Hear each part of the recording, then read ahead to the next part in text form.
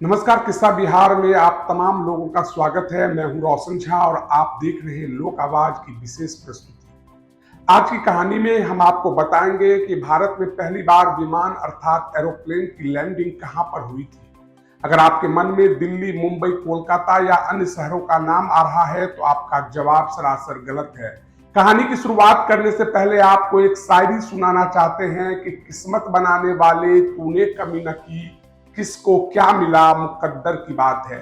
इसे बदकिस्मती ही कहेंगे कि जिस बिहार की धरती पर भारतीय इतिहास में पहली बार एयरपोर्ट बनाया गया था, वहां के लोगों को आज भी विश्व स्तरीय हवाई अड्डा आज तक नसीब नहीं हुआ। लौटते हैं कहानी पर और आपको ले चलते हैं बिहार के पूर्णिया स्थित लाल बालू मैदान के बीचों बीच, जहां पहली बार एरोप्लेन की लैंडिंग हुई थी। जानकारों की माने तो भारतीय इतिहास में पहली बार बिहार के मिथिला क्षेत्र के पूर्णिया के लाल बालू हवाई पट्टी से 4 अप्रैल 1933 को 2 एकल इंजन विमान ने 150 मील दूर एवरेस्ट की उड़ान भरी और चोटी की तस्वीर ली। इस खोज यात्रा दल को दरभंगा से शानो शौकत से विदाई दी गई और अभियान की सफलता की शुभकामना दरभंगा की आवाम और महाराजा कामेश्वर सिंह ने की और पूरा सहयोग दिया। खोजी यात्रा दल को पूर्णिया में ठहरने के लिए दरभंगा हाउस और अन्य सुविधा का पूरा बंदोबस्त किया गया। दरभंगा के सहयोग की विस्तृत चर्चा अभियान दल के चीफ पायलट ने अपनी किताब roof of the world man's first flight over Everest by Lord James Douglas Hamilton में की है। साल 1920 में रॉयल ज्योग्राफिकल सोसाइटी द्वारा एक कार्यक्रम का आयोजन किया गया था। अपने भाषण के दौरान जॉन नील ने हिमालय का हवाई सर्वेक्षण करने का सुझाव दिया। उनकी बात सुनकर लोग हंस पड़े क्योंकि उस जमाने में यह अभियान असंभव सा था। इधर नियति अपनी कहानी को धीरे धीरे बढ़ा रही थी। सन 1927 में जॉन नील ने फिर अपनी बातों को दोहराया। अपनी पुस्तक थ्रू तिब्बत टू एवरेस्ट में उन्होंने इस बात का जिक्र करते हुए लिखा कि आधुनिक विमान की मदद से एवरेस्ट के ऊपर पहुंचा जा सकता है। रस्सी की मदद से एक आदमी हिमालय के शिखर पर उतरेगा और ऑक्सीजन सिलेंडर की मदद से अपना काम करेगा। उसके लिए पहले से ही भोजन का पैकेट गिराया जाना चाहिए ताकि वह अपनी भूख मिटा सके। भले ही जॉन नील का विचार जस का तस हकीकत में न बदल पाया हो, लेकिन इसके 5 बरस के भीतर ही लोगों ने इस दिशा में नेक प्रयास शुरू कर दिए थे। वेबदुनिया.com पर प्रकाशित एक आलेख के अनुसार सन 1931 में ब्रिस्टल पिगासस इंजन की मदद से 44,000 फीट की ऊंचाई तक पहुंचा जा चुका था। मगर एवरेस्ट अभियान पूरा करने के लिए कठिनाई सिर्फ ऊंचाई की ही तो नहीं थी, जरूरत इतनी ऊंचाई पर विमानों को पर्याप्त कुवत देने की थी जिससे शिखर पर वह 2 आदमियों को मैं साजो सामान को लेकर पहुंचे ही नहीं बल्कि दम भरकर मंडराए भी। पिगासस में एक सुधार किया गया जिसके तहत पेट्रोल और हवा को संपीड़ित करके सिलेंडर में भरा गया। अधिक ऊंचाई पर वह पेट्रोल और हवा का जेट साथ छोड़ता था जिससे उसकी शक्ति कम नहीं पड़ती थी। इसे सुपरचार्ज इंजन भी कहा गया है। इससे पूर्व सैनिक ब्लैकर के संयोजन में एवरेस्ट उड़ान अभियान के लिए खास तौर पर बनाई गई एक समिति ने एक करार किया। करार के मुताबिक अभियान की जरूरतों के मद्देनजर 2 विमानों को बनाया जा रहा था। यह समिति जिन कठिनाइयों से गुजरी उसकी अपनी दास्तान है, लेकिन संक्षेप में लेडी ह्यूस्टन की भरपूर आर्थिक मदद से काम आगे बढ़ा। आखिरकार एक जोड़ी पिगासस इंजन जब बनकर तैयार हुए तो मुश्किल यह आन खड़ी हुई कि उन्हें किस प्रकार के यान ढांचे में फिट किया जाए।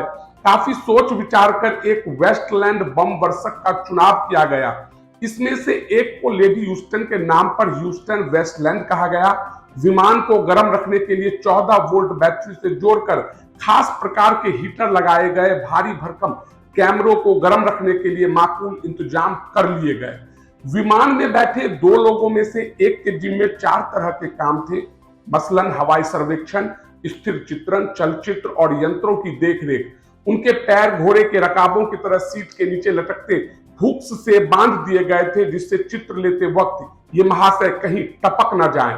दूसरे सज्जन को विमान चलाने का जिम्मा सौंपा गया था। जाहिर है यह कोई छोटी मोटी जवाबदारी नहीं थी, खास तौर पर जब विमान से फोटोग्राफी करनी हो और वह भी उस जमाने की स्लो स्पीड फिल्मों की मदद से। बहरहाल खासी तैयारी के बाद वे दोनों विमान फरवरी 1933 के SS डोलगोमा नाम के पोत में कराची बंदरगाह को रवाना किए गए। वहां से उन्हें कोलकाता लाया गया।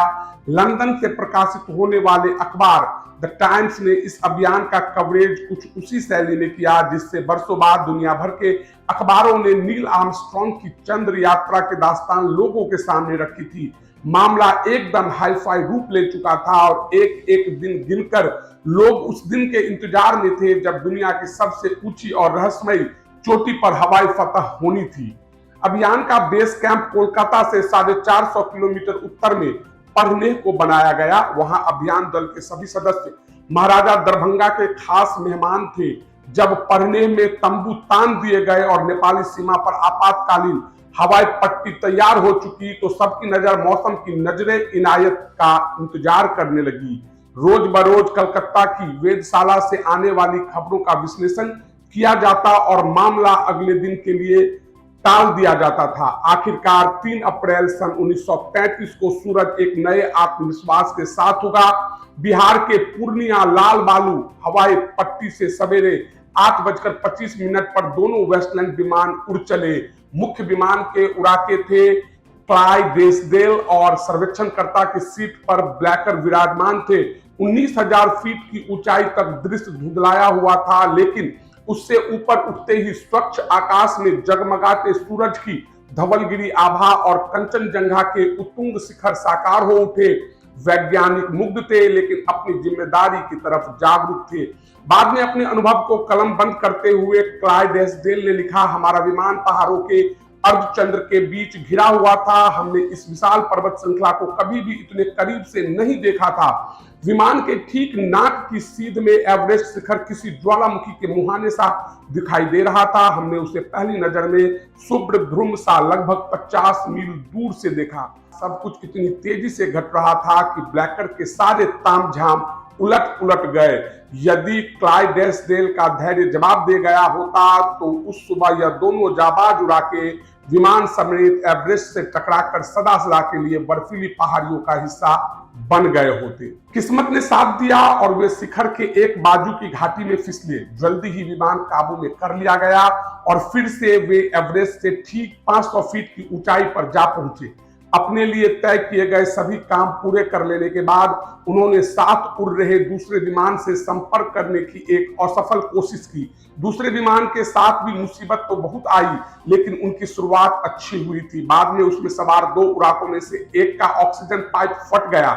जैसे तैसे उसे रुमाल से बांधा गया, लेकिन उससे काम चला नहीं। बॉनेट नामक वह जाबाज कैमरामैन तस्वीरें लेते लेते बेसुध होकर अपनी सीट पर ही लुढ़क गया। खतरे के संकेत के आदान प्रदान के साथ ही दोनों ने विमान तत्काल पलटे और लगभग 11:30 बजे लाल बालू हवाई पट्टी पर उतर पड़े। जो कुछ वे साथ लाए वे थे नायाब चित्र और रोमांचक यादें जिन्हें सारी दुनिया ने हाथों हाथ लिया। अंत में एक बात और, जिस दरभंगा महाराज ने पूरे अभियान का खर्चा उठाया था, उस दरभंगा महाराज के पास अपना विमान और एयरपोर्ट था। उसी एयरपोर्ट पर वर्षों बाद दरभंगा एयरपोर्ट को फिर से शुरू किया गया है, लेकिन इसे विडंबना ही कहा जा सकता है कि उस एयरपोर्ट का नाम दरभंगा महाराज के नाम पर ना होकर कवि कोकिल विद्यापति के नाम पर रखने का प्रस्ताव केंद्र की मोदी सरकार को दिया गया है। और दूसरी ओर आज भी पूर्णिया के लोग अपने यहाँ एयरपोर्ट बनाने को लेकर आंदोलन कर रहे हैं, जद्दोजहद कर रहे हैं। इस वीडियो में बस इतना ही। अगर आप हमारा यह वीडियो YouTube पर देख रहे हैं तो हमें सब्सक्राइब करें। अगर आप हमारा यह वीडियो Facebook पर देख रहे हैं तो हमारे पेज को लाइक करें। एक बात और, कमेंट करके हमें जरूर बताएं कि आपको हमारा यह वीडियो और जानकारी कैसा लगा। धन्यवाद।